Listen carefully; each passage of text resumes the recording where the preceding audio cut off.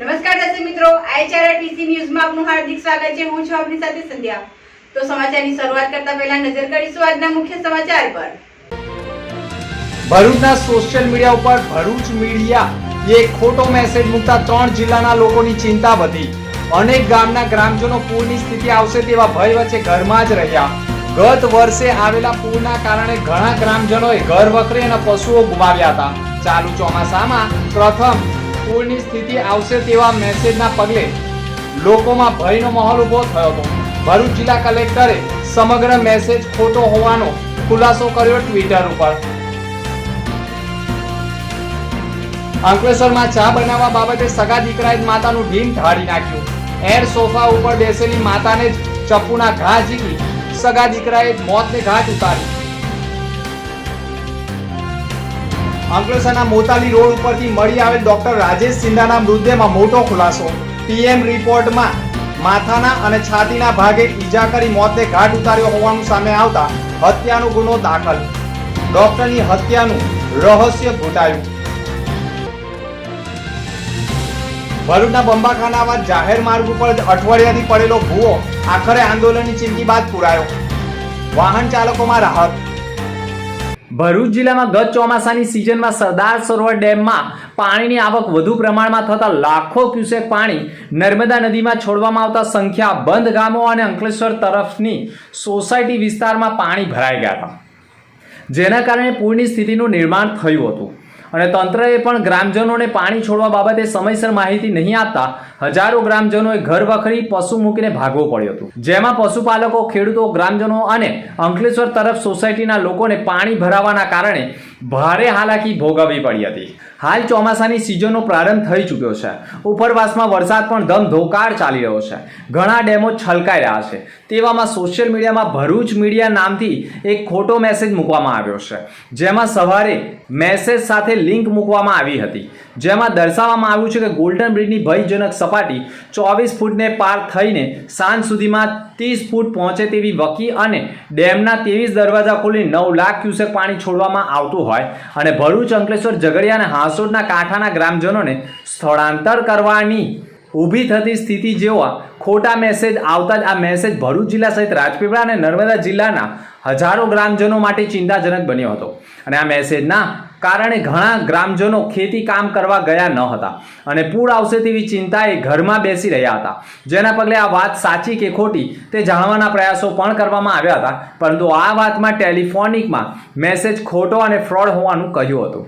Bharuch media નામનું page હોય તેની પાસે આ બાબતનું કોઈ લાયસન્સ છે કે કેમ તે અંગે પણ તપાસ થવી જોઈએ તેવી માંગ કરવામાં આવી છે। અત્રે ઉલ્લેખનીય બાબત એ છે કે ખોટા મેસેજ બાબતે ભરૂચ જિલ્લા કલેક્ટરે પણ માહિતી આપી હતી। ભરૂચ જિલ્લા કલેક્ટરે ટ્વિટર ઉપર પોસ્ટ મૂકી હતી અને ખોટા મેસેજમાં કોઈએ આવવું નહીં તેવું દર્શાવ્યું છે અને લોકોને, નાગરિકોને જાગૃત થવા અને ખોટા મેસેજમાં ન ભોરવાવા અંગે પણ તેઓએ અપીલ કરી છે, પરંતુ આવા મેસેજ વાયરલ કરનાર અને ખોટા મેસેજ મૂકનાર સામે ગંભીર પ્રકારની કાર્યવાહી કરવામાં આવે તે જરૂરી છે, કારણ કે લોકો સાચું એટલા માટે માની રહ્યા છે કે જે ભરૂચ મીડિયા પેજ ઉપર મૂકવામાં આવ્યું છે તેના ઉપરથી મીડિયાનો જ મેસેજ છે તેવું પણ ગ્રામજનોમાં એક સાચી વાત હોવાનો પણ અનુભવ લોકોએ કર્યો છે। ભરૂચ જિલ્લામાં ચોમાસાની સિઝન જામી રહી છે ત્યારે અનેક તાલુકામાં વરસાદો વરસી રહ્યા છે। ધોધમાર વરસાદ તો ક્યાંક અમી છાંટાણા થઈ રહ્યા છે।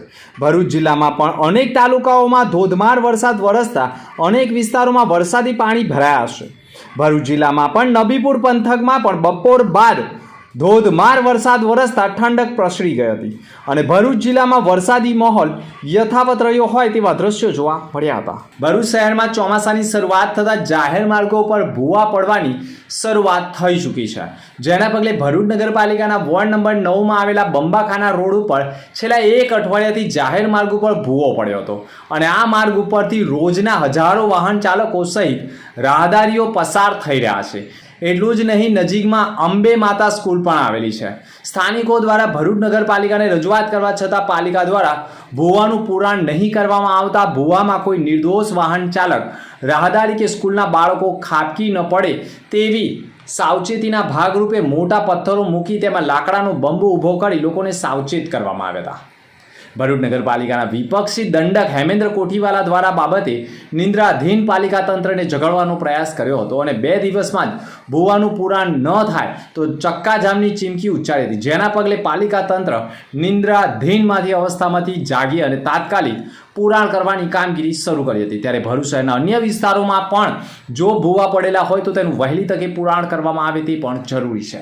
અંકલેશ્વર સિટી પોલીસ મથકમાં મરણ જનાર મૃતકની વિધવા પત્ની રીટાબેન રાજેશકુમાર સિંધા રહે ચાવજ ગામનાઓએ ફરિયાદ નોંધાવી છે, જેમાં તેઓએ આક્ષેપ કર્યો છે કે તેમના પતિ BHMS નો અભ્યાસ કરેલો છે અને તેઓ 2011થી મેડિકલ ઓફિસર તરીકે નોકરી કરે છે અને જનોર PHC સેન્ટરમાં doctor Rajesh Kumar Sindha medical officer તરીકે કાર્યરત હતા અને તે સમય દરમિયાન તેમની બદલી અંકલેશ્વરના ગડખોલ CSC નો ચાર્જ હતો અને તારીખ 15/5/2024ના રોજ સવારે ઘરેથી નીકળ્યા બાદ તેમનો ફોન લાગતો ન હતો, જેના પગલે 16/5/2024ના રોજ ડોક્ટર ગુમ થયા હોવાની ફરિયાદ તેમની પત્નીએ આપી હતી। ડોક્ટર રાજેશકુમાર સિંધા ગુમ હોય અને તે જ સમય દરમિયાન અંકલેશ્વરના મોતાલી ગામ નજીકથી ઝાડી ઝાકડામાંથી અજાણ્યા પુરુષનો મૃતદેહ મળી આવતા ગુમસુદાની ફરિયાદ કરનાર ફરિયાદીને બોલાવી મૃતદેહ બતાવતા તેનો પતિ હોવાની ઓળખ થઈ હતી અને જે તે સમયે ફરિયાદીએ પણ તેના પતિની હત્યા કરવામાં આવી હોવાના આક્ષેપ કર્યા હતા।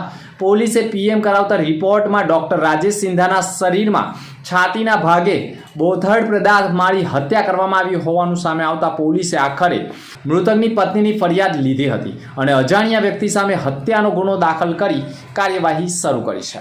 તારીખ 16/5 ના રોજ અંકલેશ્વર B ડિવિઝનમાં મોતાલી ગામ છે।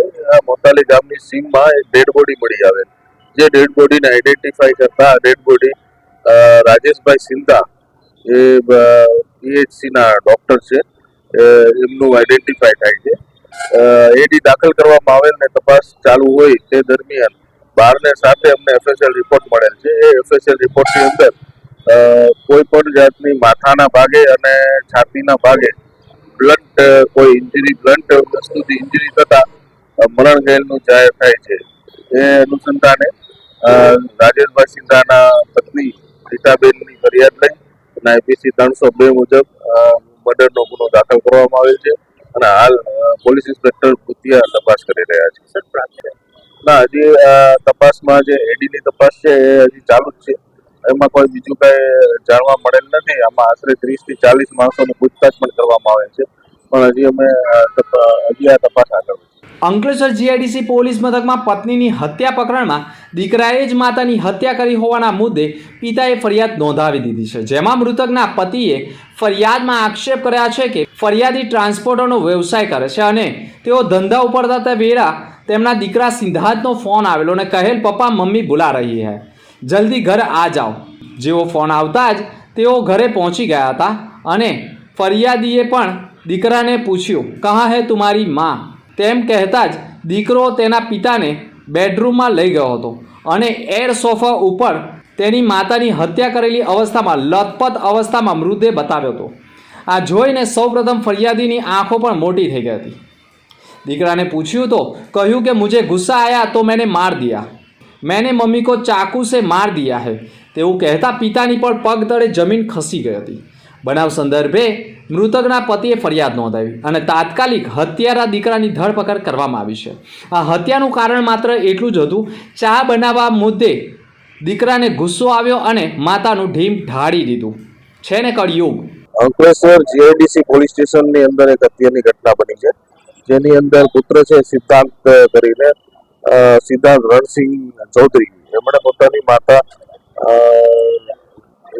હેમાવતી બેન છે એમને ગળે ચપ્પુ મારી અને હત્યા કરી છે અને ખૂબ ગુસ્સાવાળો દિમાગનો છોકરો હતો અને માતા સાથે ચા માંગેલ હતી, પણ એની માતાએ ના પાડતા ગુસ્સામાં આવી જઈ અને પોતાની માતાના ચપ્પુ મારી અને હત્યા કરી દીધી છે। આ પોલીસ તપાસ ચાલુ છે, હાલ આરોપીની ધરપકડ કરી લેવામાં આવી છે। ભરૂચ જિલ્લામાં કાર્યરત એકતા પત્રકાર પરિષદ છેલ્લા ઘણા સમયથી કાર્યરત છે, જેમાં ભરૂચ તાલુકા પ્રમુખ રાજેશ કુમાર દરેક પત્રકારોની પડખે ઊભા રહી સંગઠનોને અડીખમ રાખ્યું છે, જેના ભાગરૂપે વિવિધ જિલ્લાઓમાં એકતા પત્રકાર પરિષદ સંમેલન યોજાઈ રહ્યા છે, જેના ભાગરૂપે ભરૂચમાં પણ પત્રકાર અધિવેશનનું આયોજન કરવામાં આવ્યું, જેમાં ઉપસ્થિત ભરૂચ જિલ્લામાં કાર્યરત સેવાભાવી સંસ્થા જનહિતા ચેરિટેબલ ટ્રસ્ટ સેવા યજ્ઞ સમિતિ સહિત વિવિધ સેવાભાવી સંસ્થાઓની કામગીરી બિરદાવી તેઓના સ્થાપકોનું વિશેષ સન્માન કરવામાં આવ્યું હતું. સાથે પત્રકાર અધિવેશનમાં પ્રદેશ અગ્રણીઓએ પણ પત્રકારત્વ અંગે એકતા કેમ હોવી જોઈએ તેના ઉપર માર્ગદર્શન આપ્યું હતું. આ અધિવેશનમાં ભરૂચ જિલ્લાના વિવિધ તાલુકાના પત્રકાર એકતા પરિષદના હોદ્દેદારો પણ જોડાયા હતા. અંતમાં ફરી એક નજર આજના મુખ્ય સમાચાર પર.